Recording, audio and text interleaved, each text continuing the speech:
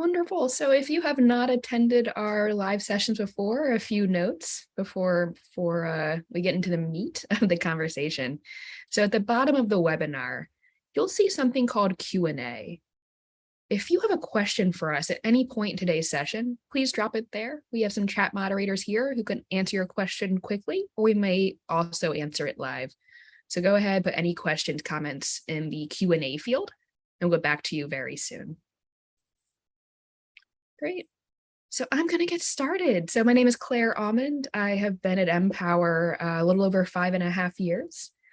And so it's been really great. And then Arbaaz makes a, yeah, wow, that not as long as Ashish, actually.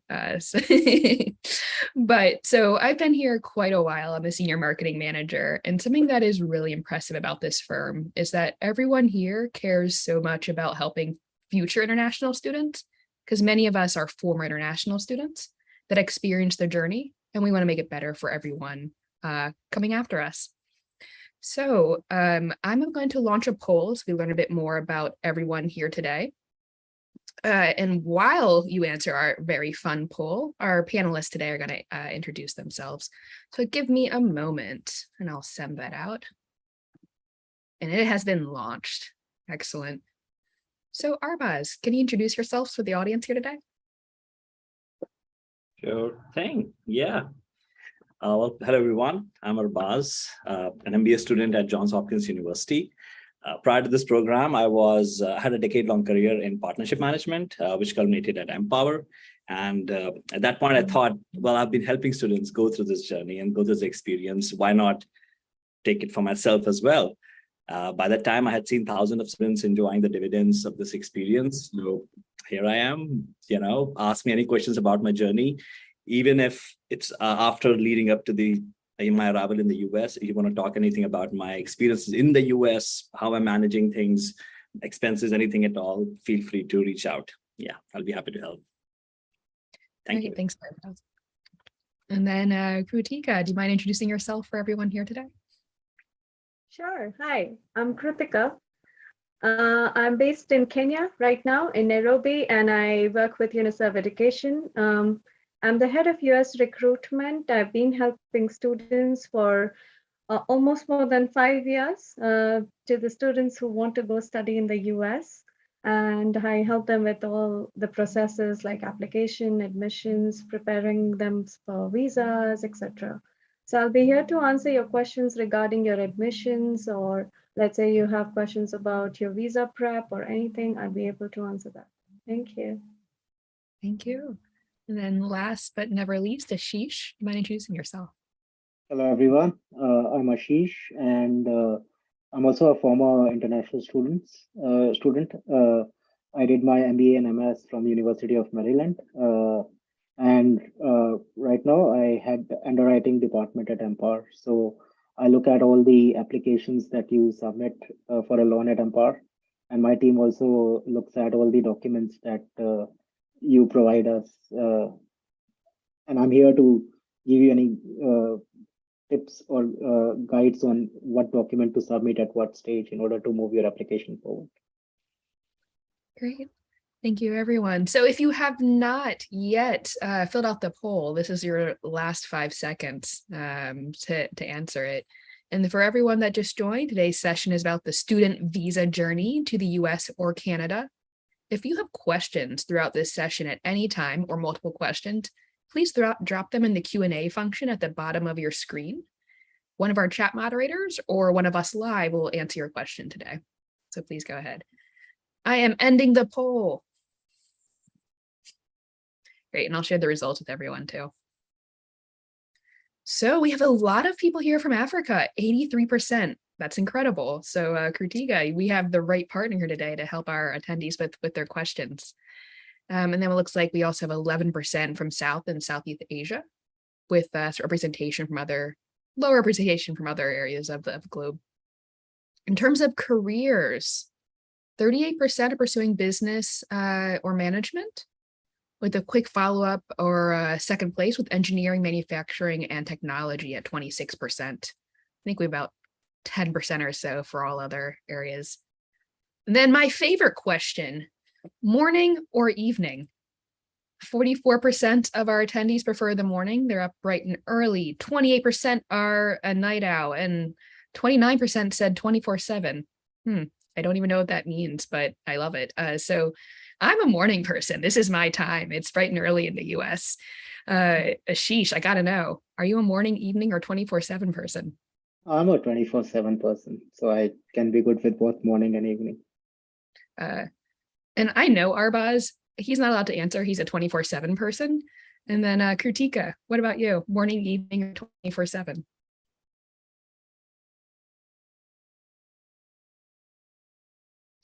And we might be having an internet interruption. So I'm gonna go ahead and skip and guess that she is one of the three. Great answer.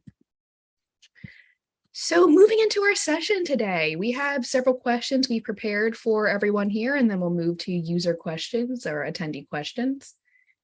And so just starting off the session, and I think starting off with Ashish is good here. Ashish, can you tell everyone more about the differences between immigration to the US versus immigration to Canada? It's one of the most popular questions we got last time that we didn't cover. Yes. So let's talk about things which are similar. For both US and Canada, you will have to apply for a visa. You have to get a visa, and then you can enter US or Canada. But the process to get a visa is very different in US compared to Canada. In US, for US, first you need to get a document called as I-20 from your school, and then you use that document to apply for a visa appointment at an US embassy or a consulate near you. And then you attend that visa appointment. And most often during the appointment itself, the person at the embassy will tell you that your visa is approved. And then you can get your passport back with the visa stamped on it within a week after that. For Canada, it's a bit different process where you just need an admission offer from your school, and then you apply for a visa online. And then you monitor your online account on a regular basis to check if the Canadian consulate or embassy that is processing your visa has requested for additional documents, or they have an update for your application. You might have, depending on your location, you might have to go for a biometric appointment. And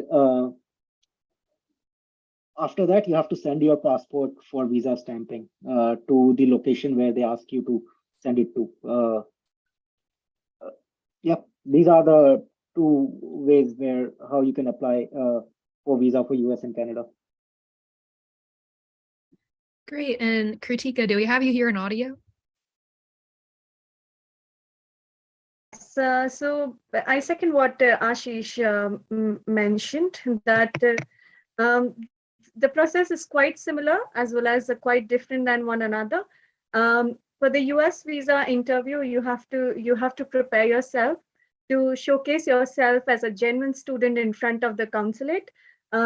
You have to show intentions of studying in the US and not doing anything else majorly.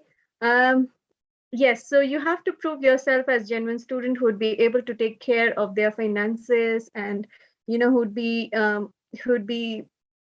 just appropriate to travel to the US. Wherein I guess in case of Canada, you do that in the form of an essay when you submit your visa.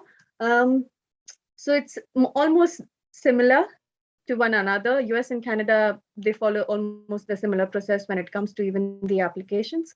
So I feel the only difference here is presenting yourself in front of the interviewer, and how you showcase yourself as a genuine student in case of US is more important. And in case of Canada, how you write yourself out is more important. Yeah. Great. So I have a question that I'm going to ask all three of you to answer in series. And so when there's a lot of travel documents that I think are easy to get mixed up. There's the visa, there's a support letter, there's an I-20. And so starting with Arbaaz for sort of the student perspective, What are the differences between those docs, and when do you need each of those docs? And Arbaaz, I'm going to start with you, move to Krutika, and then Ashish can give the MPOWER answer. Okay, great. So, okay, looking back at my journey, I think it started when I first got the admit, and that is when I know which school I'm going to. Based on all the admits that I received, and the next process is to ensure that I have the required funds to actually get there, because the school needs a proof to show that, hey, I do have enough funds in my account, or enough funds on paper at least, to showcase that I can manage my education and accommodation for the next 2 years of my program. And so the first step was to arrange a loan, financial documents. I had some savings as well. At the same time, I wanted a student loan too. Sadly, I had to go for a different lender other than MPOWER based on the funding requirement that I had. But as soon as I got the approval letter or support letter from the lender, I had to send it to the school. They would verify if the document is genuine or not, or if they have any questions. And they issued an I-20, something that's an immigration document, then that is used for the visa process as well. So when I applied for a visa, I had to use that I-20 in that. Could be a little complicated, confusing as well. It was for me, but I'm pretty sure Kritika and Ashish would do a much better job than streamlining and explaining the process. But as a student, it all started when I first got the admit, and it ended with that day at the consulate. Kritika, do you want to go next? Yes. So let me start explaining with what is visa. Okay. As international students, you may hear there are a lot of visa types that would come forward to you. A lot of people will come telling you, this is the visa type, this is the visa type, or that is the visa type. But just understand, F1 visa is the right visa type for the students who want to study extended programs, which are more than 3 months. Okay. So let's say you're going for an undergraduate degree, which is 4 years. So F1 visa is the one that you're looking for. If you're going for a master's degree, which is 2 years, then F1 visa is the one you're looking for. What do you need to do in order to get an F1 visa? First of all, be enrolled as a full-time student at an university or an accredited school. Okay.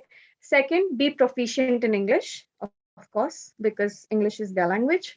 Have proof of funding, as Arbaaz mentioned, having several sources of funding, like a loan or educational letter or a sponsorship letter or personal funds. These are all accepted. Okay. So have a proof of funding, have evidence that you'll return to your home country. So in the interview, basically, you'll have to show ties back in your country so that they know that you're going to come back to your home country post completion of your studies in the US. You should not be living in the US full time. So these are the requirements for an F1 visa for a student. So that is what a visa is.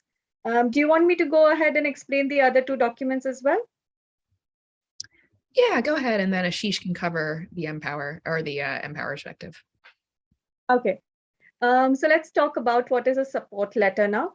A support letter is basically an evidence that you have money which is necessary for you to use in the US. So let's say for your tuition fees, your living expenses, your health insurances, your books and supplies, etc. So this is all, US, when you're going to these countries abroad, it's just not about the tuition fees. It's also about considering about other factors. Like I just said, health insurance. Health insurance is a mandatory thing. In a lot of countries, health insurance is not mandatory. But in the US, as an international student, you have to have health insurance. Books and supply, of course, you're going to need one. So you'll need money set aside for that. And of course, the tuition fees and the living, boarding, meals, etc., is what you're going to need when you're in the US. So the support letter is something that also MPOWER can provide you. I'll let Ashish talk more on that. But yes, so this is something that you need to look forward for the support letter. Another important document in case of US is I-20. A lot of these things are not possible. A lot of the things like applying for your visas and your support letter and everything is not possible until you have your I-20. So now what is I-20? I-20 is a document which is issued by the school that you've been admitted to. It's also called as a certificate of eligibility for non-immigrant students. Okay, so this is something like a final offer letter, or let's say a travel document provided by your school in order for you to go further and apply for your visas. Without this document, you cannot apply for your visa because it has a unique ID called SEVIS ID, which is basically generated by the Homeland Security in the US. So you have to have that ID in order to apply for the US. Okay, so I think these are the three important documents. I'll let Ashish take over now. Thanks, Krutika. From MPOWER's perspective, let's talk about US process first. So once we review your application and if we are able to give you a loan offer, what we'll do is we'll issue you a support letter first. And then you can use that support letter to get an I-20 from your university. And your I-20, and to get your I-20, you only need to show funds for your first year. So even if you're going for a program which is for 2 years, you don't need to show funds for all 2 years to get your I-20. It's only for the first year that your university will ask you for proof of funds, and you can use MPOWER support letter to meet that requirement, and your university will issue you an I-20, and then you use that I-20 to apply for a visa with a US embassy or a consulate. Parallelly, you also submit that I-20 to MPOWER, and we will review your I-20 and verify your university name and the program that you are attending, and then we'll issue you a final approval.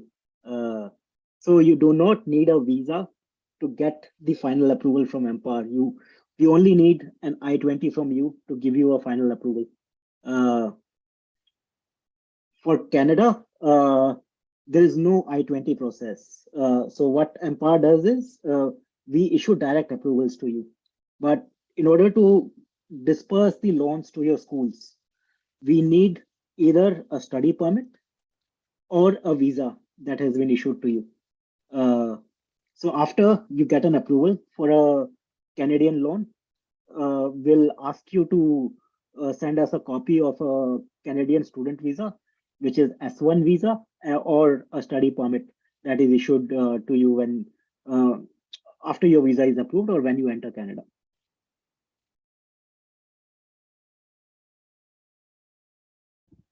Great. Sorry, my ability to click the unmute button was not quick there. So we've definitely talked through a lot of the documents needed to travel abroad. Let's move up to the interview, which I think we have a lot of people curious about, and then we'll move on to sort of deeper in the process. But starting with Arbaaz, what have you learned? Tell us a little bit more about your interview experience and any advice you have for everyone here. And then Kritika can talk us through this is, advice for people here, and keeping in mind that most of our attendees today are from Africa. Got it. So I think I'm definitely in the same boat as a few of the attendees here. My visa was rejected twice in 2019. That was B1, B2, but it was still rejected, and that goes on record too. So the third time when I was applying for an F1 visa, I was definitely nervous, and I tried to prepare with people who had an insight into the process, or at least have been through themselves, or at least in some other way they were connected to the process. And thankfully, I was able to get in touch with an ex-visa officer who helped me out with preparation for this particular interview. Now, I think few things that worked in my favor was I had my story straight. I knew which factor to put in first, and I had prepared my answers, not lied or made up my answers, but actually prepared my answers, which actually talks about how can I convey so much in small amount of words, because technically you only get about 2 to 3 minutes in an interview, right? And in that, the visa officer takes a decision, hardly ever would touch a document. It's a saying that they don't really like to see the documents where they know that these things could be forced. So they rely on their own instincts, their own conversation that they had with the candidate. And definitely something that talks about, if like the future plan of through this program, they want to see that this program is not the goal, but it's a stepping stone towards something. But what is that goal? And you would have to elaborate on in some way, with whether that could be you have to come back and manage a business, or you'd have to stay there for a few years and then figure out what you want to do. But I think I know people who have said that they would like to see where the opportunity takes them, and they have been approved for a visa too, because they were actually very truthful about it. Whereas some people who could do everything and they got rejected as well. My advice to all of that would be to anybody who's willing to appear for an interview would be to be truthful. And you need to understand that sometimes the visa officer might not ask you the exact question that's going to alleviate all their doubts. Maybe they don't ask you, what is your future plan, right? And so how do you convey those things that you are a genuine student? And you need to be, and that's exactly why you need to prepare those questions, those answers beforehand, so that you know that even if they don't ask you, you can have a bit of a segue towards something that you want to lead them to, that they should ask that question as next, because that is how you answered the previous one. So that's very important. You need to identify which were the most important aspects of your answers, and then take it from there. And then you figure out, okay, and you also need to handle the rejection question. What changed? If nothing is changed, then you're still rejected. And you need to be able to show that, even if they don't ask you, what happened to rejection, because it's been some time. So they didn't ask me, but I was able to convey that things have changed. I'm applying for an F1 right now. I have done this. It's been 2 years since that time as well. I have done this preparation. There are my test scores, and all. There could be multiple things that could be said here, but whatever makes sense to you, because it's your story, you should go with that. That would be my advice. That was a very good advice, Arbaaz, and I second everything that Arbaaz has said, because as the quote goes, honesty is the best policy. So that's, I think, we have to follow when you go for the visa interview.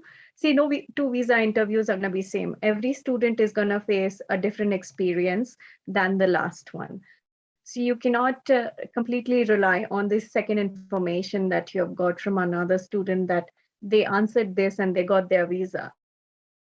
May answer that and you may get rejected, right? So you have to follow some basic things. You have to understand at least a few basic things before you go for your visa interview, that you should know your study plans first of all, and why you want to study abroad, because a lot of courses, like the course that you want to study, may be even available in your home country. Then why have you chosen for studying abroad instead of studying in your home country? Because that saves you a lot of money. You reside there, you are a citizen, you have your own place to be at, and you're going to save a lot of money on living expenses. So you need to justify yourself that why have you chosen to study abroad instead of studying in your home country. Okay, so have your story straight, as Arbaaz mentioned that.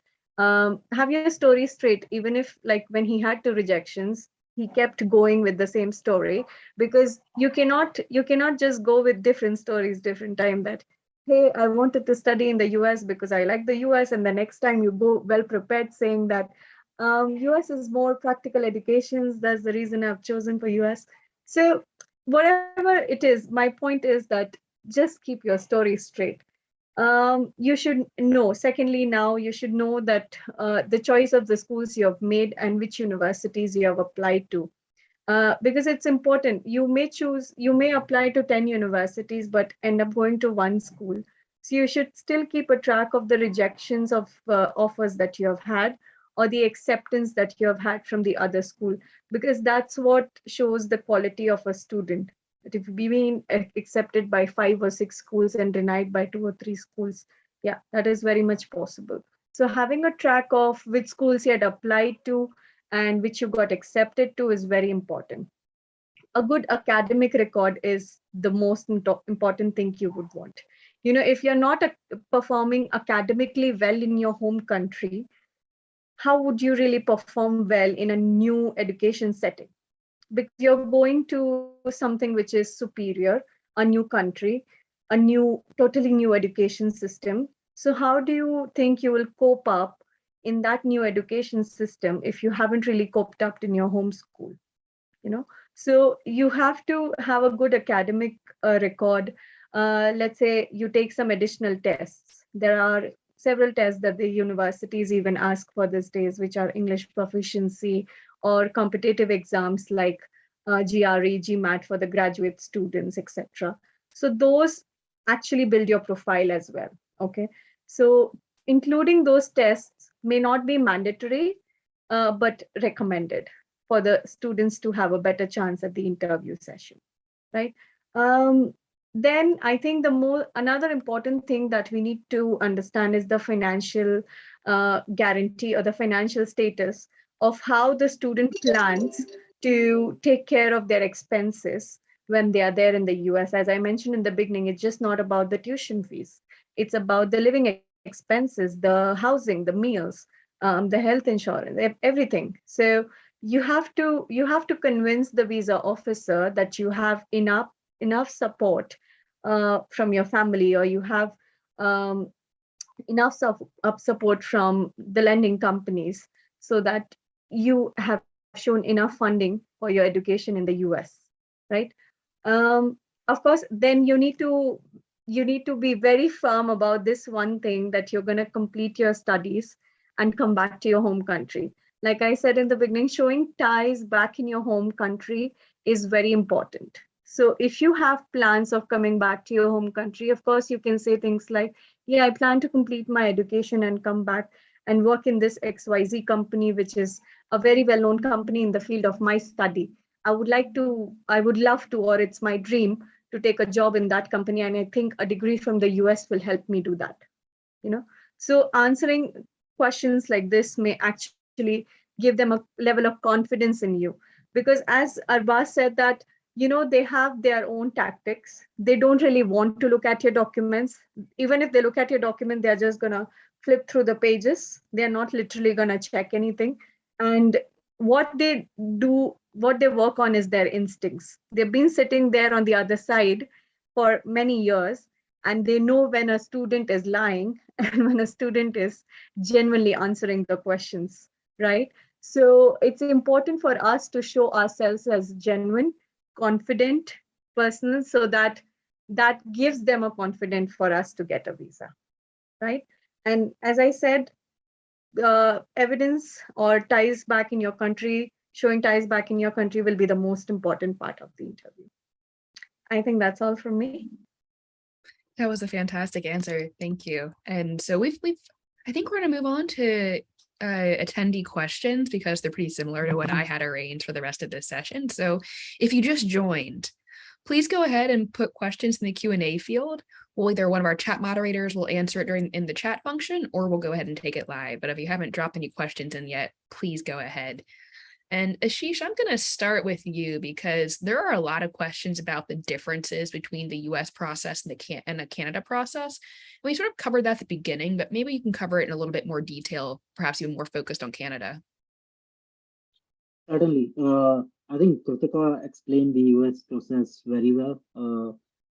So for the US process, interview is the key decider. Not only that, like the application that you submit is also very important there, but not that important compared to the interview. For Canadian process, application is everything, because you most likely 90% plus scenarios you won't have an interview in Canada. There are exceptions where they will ask you to come for an interview, but for most students, there won't be an interview. So what the immigration officer does is they look at your application in its entirety. And as part of the application, you have to submit an essay. Be very clear and precise in that essay. Don't make it a 10-page document on how much you love Canada and what a great country that is. Be precise on like why you are attending that school, how will that program help you in your career, and what are your plans after you graduate from the school. If you provide that information in a convincing manner to the immigration officer, most likely your visa will get approved. From my experience working with Canadian students, the main reason their visa gets delayed or get declined is the essay is all over the place with a lot of unnecessary stuff. So be very precise in the essay, and that is the most important element of your entire application there. Great. Thanks, Ashish. Fantastic answer. So Kritika, moving back to you. Many of our students say that they've been denied in their first interview this year. How would you coach them after learning that? Okay, so let's say, let me give you an example that this year in the Africa region, we have actually faced a lot of refusals. And some of my students themselves have faced a refusal. And there is no concrete reason behind any refusal. They don't give you reasons for rejections, right? So we just have to figure out and we just have to dig in that what happened at the interview, what were you asked, what questions were you asked, and how did you answer them is the most important. Because I remember meeting the Kenyan US Embassy in the month of April, and when I met the Deputy General there, he just told me that if a student fumbles and is not able to remember the name of the university, you can't expect us to give them a visa. So I think as a counselor myself, if my student gets a rejection and they come back for me to reapply for them, I first understand what they went through, what happened at the interview session. Okay. There are sometimes reasons like the documentations, the answers were correct, but now maybe like for the Kenyan US Embassy, they don't accept uncle and aunt sponsoring educations.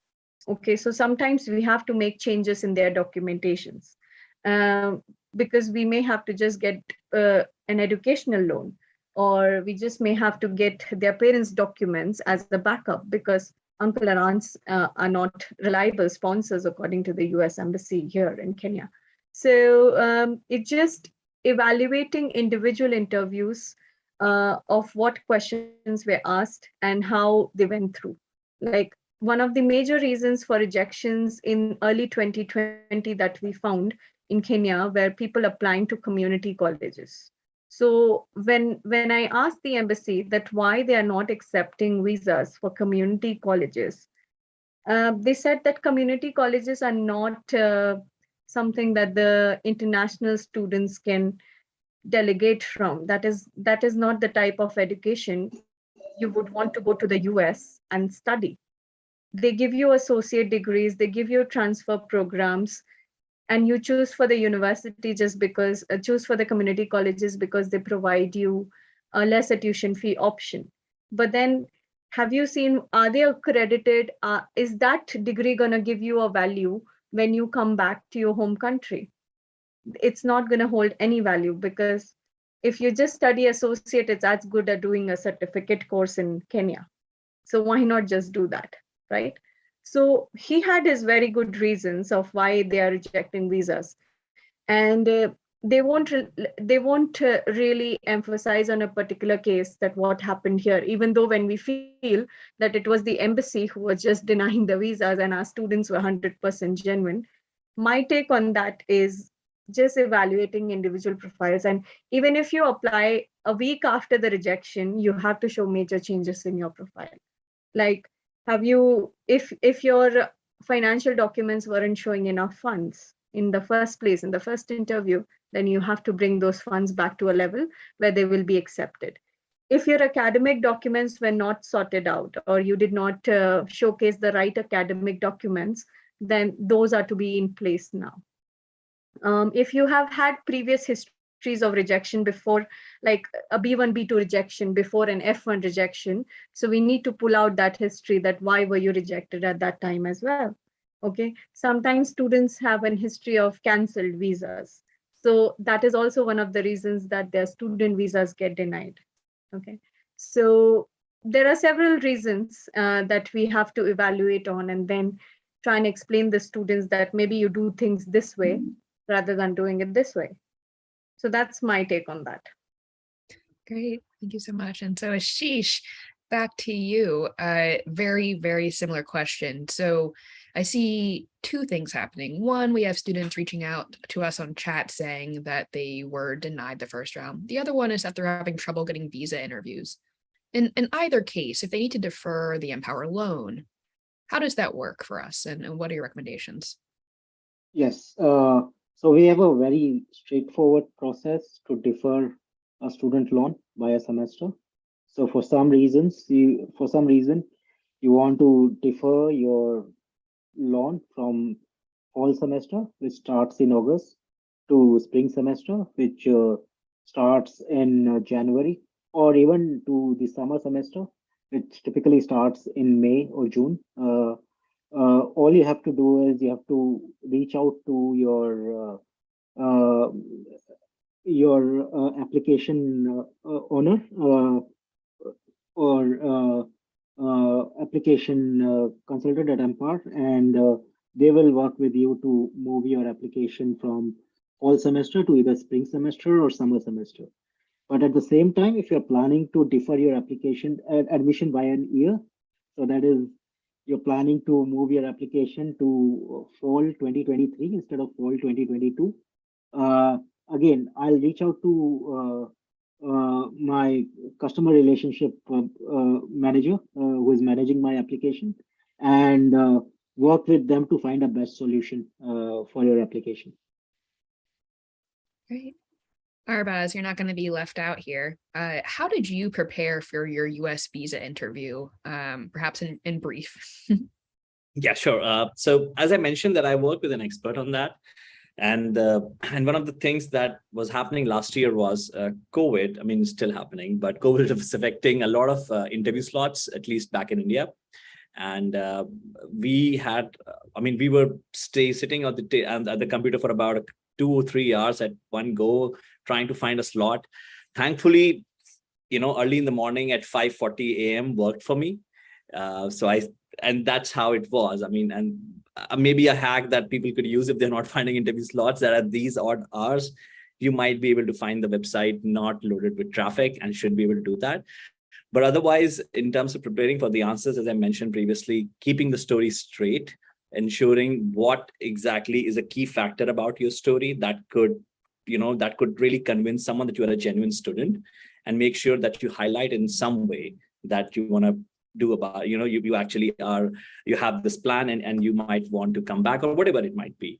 But be confident, as Kritika mentioned, you should not fumble. I mean, it's about your career plan. It's something that you're investing so much money in. So you should be very well versed about it, back of your hand in terms of your college, your university, why you're going there, what do you want to do after that, your funds, things. Some basic information should be at the tip of your fingers. It's very easy to do that.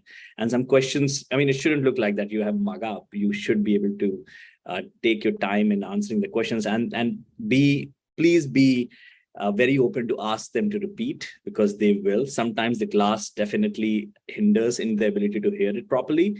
So please don't assume that, okay, I think this is what they asked.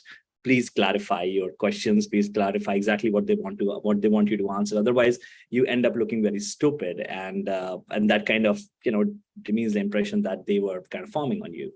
So yeah, that would be in a nutshell of how I prepared, and I made sure these important things are on point. Awesome. And so follow-up question, I think, for Kritika and for Ashish. I have someone asking how much money I need to bring or prove I have in the visa interview. Can we answer that from a perspective of both the US and Canada, and also what documents are needed to prove that? And I can call on someone first. I'll make it. Okay. So I think, let's say the amount that you need to showcase in the document or the financial letter has to meet your requirements for your first year of tuition and living expenses. Okay, the living expenses include housing, meals, insurances, books and supplies, etc. So let's say, for example, if your tuition fees is around $20,000 US, and your living expenses altogether are coming to $15,000 US.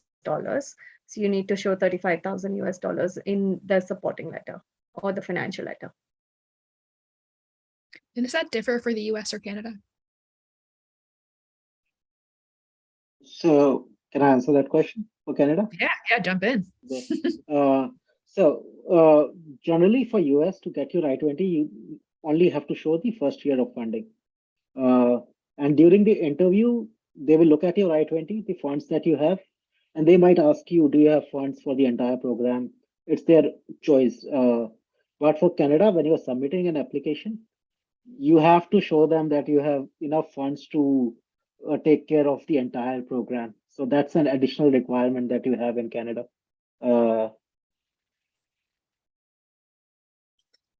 Great. So actually, Ashish, in your experience, is I have someone asking about, should I choose the US or Canada based on visa process? I think that's probably a very detailed question in many ways, but do you have any advice for this person? So instead of looking at the visa process, I would look at the quality of school or the type of major you are pursuing, and what are your long-term objectives in terms of what you want to do after graduation. So if you ask me, is it easier to work in Canada or US after you graduate?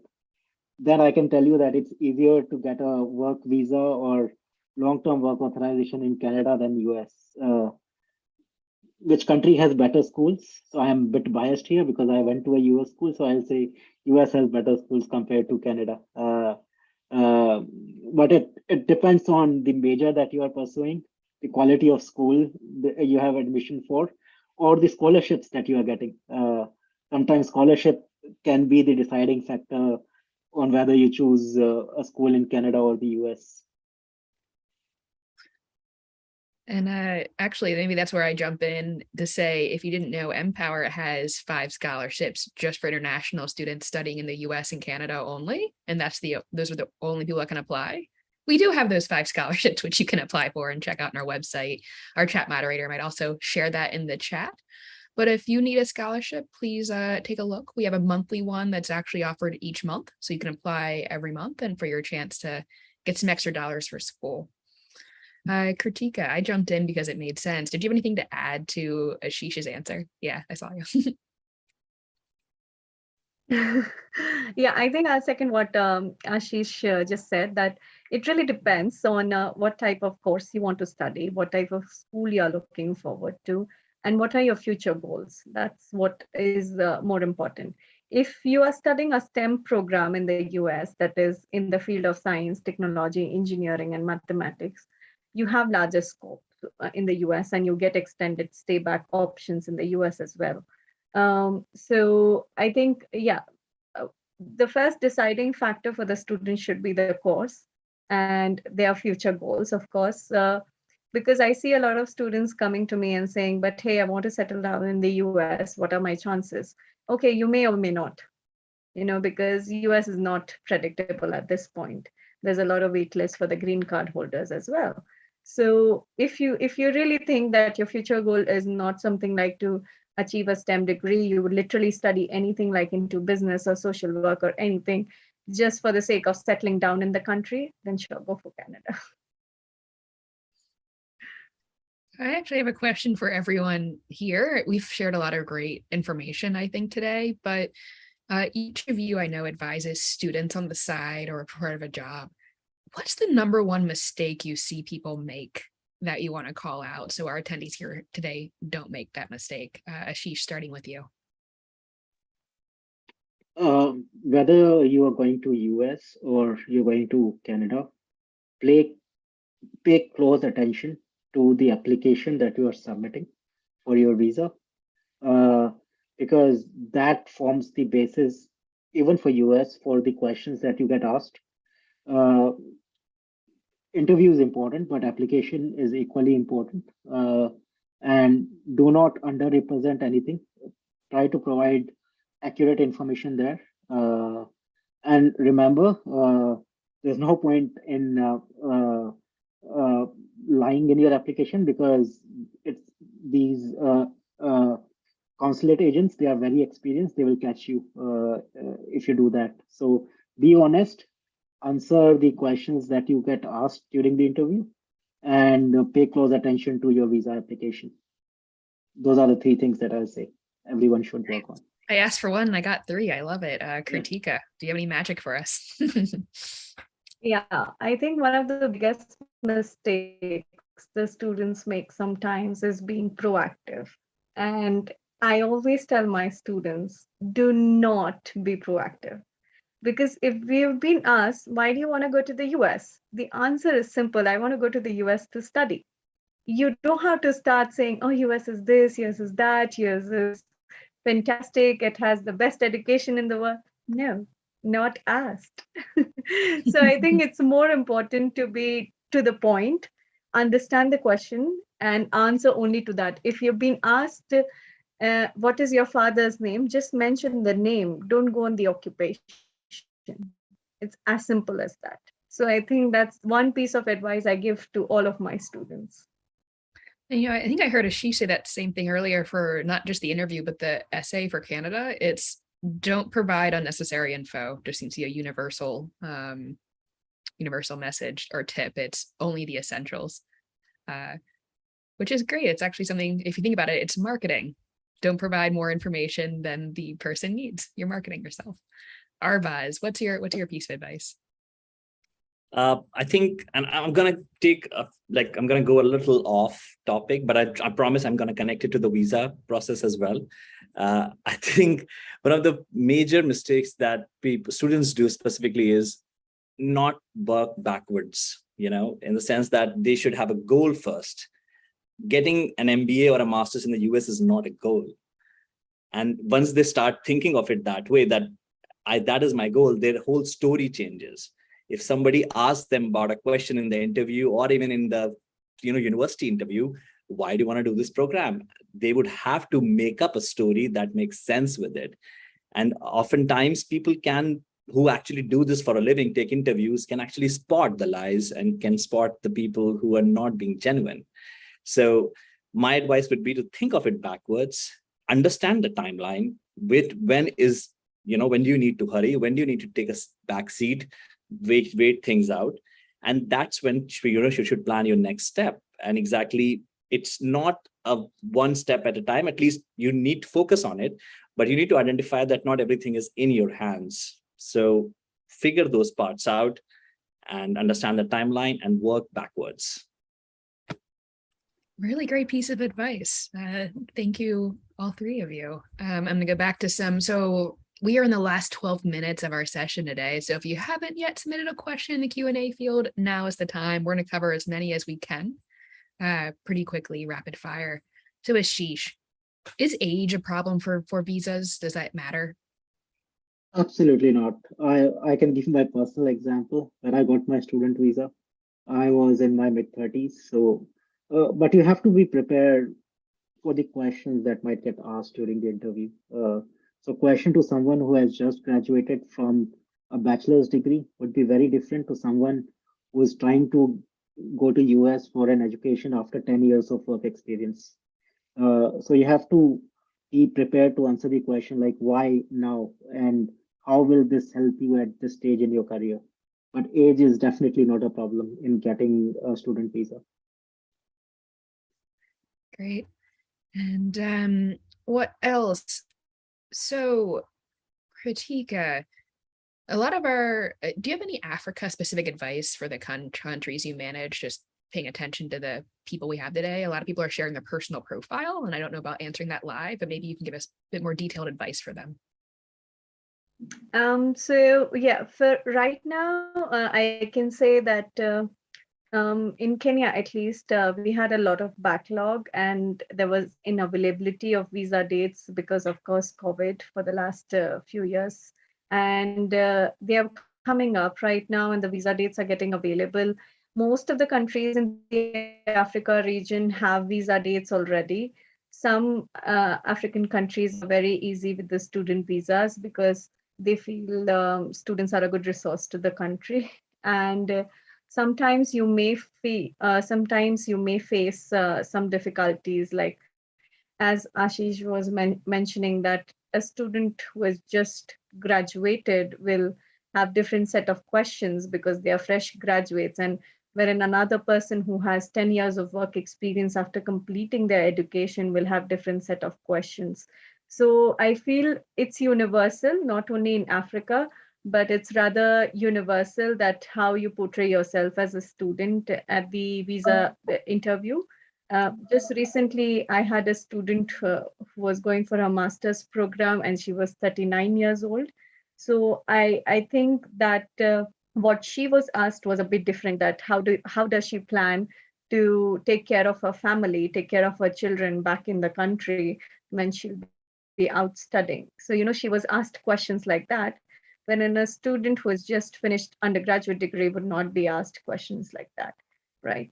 So I think for the Africa region, it's just that we need to understand that the visa dates are just starting to get available, and we are hoping that most of our students will fit in, and most of our students will get through the expedited appointment requests as well. Expediting is something that we are doing right now for most of our students, because they have gotten a date for like 2023 or 2024, and they're due to start in August next month. So we have tried expediting their request 30 days prior to their start date, and some of them have already got accepted, and they are due to give their visa interviews in a few days. So I think it's just that working along with the embassy is important right now in the region of Africa. And maybe focusing a bit more too on the expedited interview process that I'm sure everyone here is interested in. Any other tips and tricks there? Anyone here, Ashish or Kritika?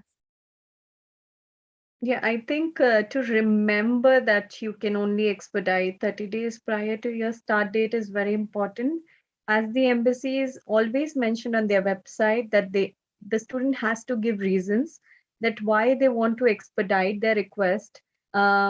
Is there an irreparable harm that they will face? This is literally what they quote on their website. Irreparable harm that they will face if they do not get an interview date. So in my suggestion, that would be like, let's say you have paid some amount of fees to the school. So you can mention that, because you lose out on that money if you don't get a visa date.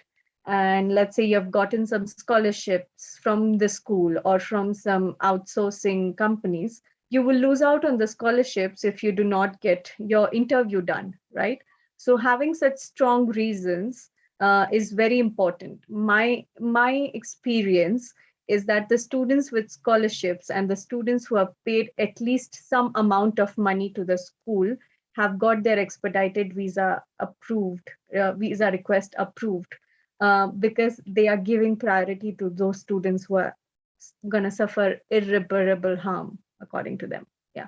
So that's the one advice I would give to the students expediting their requests. And it can be only done once in the whole process. So you have to be very careful when you're placing the request. And if you've been denied visa earlier within a span of 12 months, you won't be able to expedite your request. That's I a think wonderful Ashish will answer. have more. Ashish, anything to add? Yeah, I would just add to what Krutika said. It's still not late to get a visa for fall semester if you don't have an interview, and you have never applied for a US visa before. Even don't get scared when you see like the wait period is over 1 year or 2 years. US embassy at least are very good at expediting genuine requests from students. Uh, so reach out to your nearest consulate or embassy, go to their website, see the process on how to expedite your interview request. And it's very straightforward in most cases. And you will be able to get an interview still for the fall season. Great. So I know we're in our last 5 minutes of this session. So on that note, as Ashish just mentioned, you can still get a visa interview for fall 2022. If you still need money for fall 22, same thing. You can still apply for an MPOWER loan. We can definitely expedite those requests as well. So our chat moderator will drop a link for you if you have not yet applied but need money urgently, either for a new program or even you're already in school and need money. So for both cases there. So last few questions. Arbaaz, I have one for you and we'll move to closing. But some people are asking about pocket money during school or non-loan sources. Do you have any suggestions for that, or how you manage your expenses? Any tips there, since you're the active student? Well, I definitely went for an on-campus job. But I have even a better option than that, that people can actually use. I couldn't because of being an ex-employee, I wasn't allowed. But MPOWER offers a very amazing referral program, something that people should know. It's out of the world, something that you have never seen. Very simple, doesn't really pushes your your referred friend to actually take the loan as long as they submit. I mean, because a lot of factors could influence their decisions at the end. Maybe they don't I don't know, they need less amount or whatever that might be. But if you refer and your friend completes the application, the person who referred gets about $300. That's enough expense to manage my 20 days in the US easily. Like if I cook at home, $15 a day, it's definitely the top expense that I would do. Nothing more than that. If I'm staying home, even going to college, which is like walking distance, I don't think I would be spending more than that. And it's enough. And that is by referring just one person. If you have friends who are looking for education, make sure, and if you are here as well, if your classmates could be one of those people who do not know about MPOWER, feel free to refer them. I know I referred about 5 people to MPOWER when I came to my program. I just couldn't do it through the referral program, but I did. And they all were very happy about their decisions when they took MPOWER loans as well. Other thing that worked for me was on-campus jobs, something that's easy for MBA students, not so much for masters. But if you are an MBA student, make sure, and you are going to a state university, I think the options for graduate assistantships are much more open there compared to maybe a private university, but there's still options to go for. And having said that, there's another option that MPOWER does, and one of the biggest reasons why I love this organization so much is scholarships. I'm pretty sure, I think one of our chat moderators would have posted the link for scholarships, and I would really urge you to go through that link. It doesn't require you to apply for a loan. It's quite literally free money. If you have a genuine reason to go for education, you can get a scholarship. Write that story. It doesn't require you to write a 10-page essay, just a normal essay which talks about your intention, and I think that's very valid. And based on that, you get a good amount of money that you can use towards your education. I would highly recommend people to at least give that scholarship, write that essay, because it's right there. It's free money. Somebody's offering you money, and based on something that you write, and if it's good enough, they'll pay you. Go ahead, please do that. But these 3 options could very well be helping you on top of any loan or any funding arrangement that you might have done, and would help you in managing your expenses better. Yeah. Wow, what a fantastic answer. I was expecting scholarships, but love the MPOWER focus. Thanks, Arbaaz. So last question for everyone, and we'll go to Arbaaz last, since he just had a great answer there.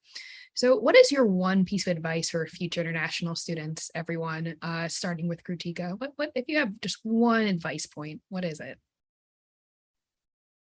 Just be confident. I think that's the key to everything. That's the key to the whole process. Ashish, same thing. I would second Kritika. Be confident, and it's very easy to get tensed during the visa process, but understand it's thousands of people get visas every year. And the decline ratio is very low. So don't get scared, be confident, and you will be able to come to US or Canada for your higher education. Wonderful. So be confident. Arbaaz, ending with you. Research thoroughly about the process, understand what you're getting into, and do not do so lightly, because you would have a bit of a debt when you graduate. So research very well about the career options, about the process itself, and then take the first step. Do not rush into it. Awesome. So thank you everyone that joined us today. We are ending right on time. So we'll send out in the next day or so a recording of this session. We have a visa guideline document. We'll also share, you'll get a survey. We love your feedback. Let us know how this went and what we can do different. And then we'll have another session next week focused on back to school or going back to school for students that are already in the US or Canada. So have any friends in that situation? please recommend a live session, or you can join yourself. No problem. So thanks again for our panelists. It was great having you here today. And I think that's everything. So thanks everyone. Hope you have a great rest of your week, and we'll talk to you soon. Thanks again. Thank you so much, everyone, to be here. And Thank always you a so pleasure. much. Thank you. Awesome.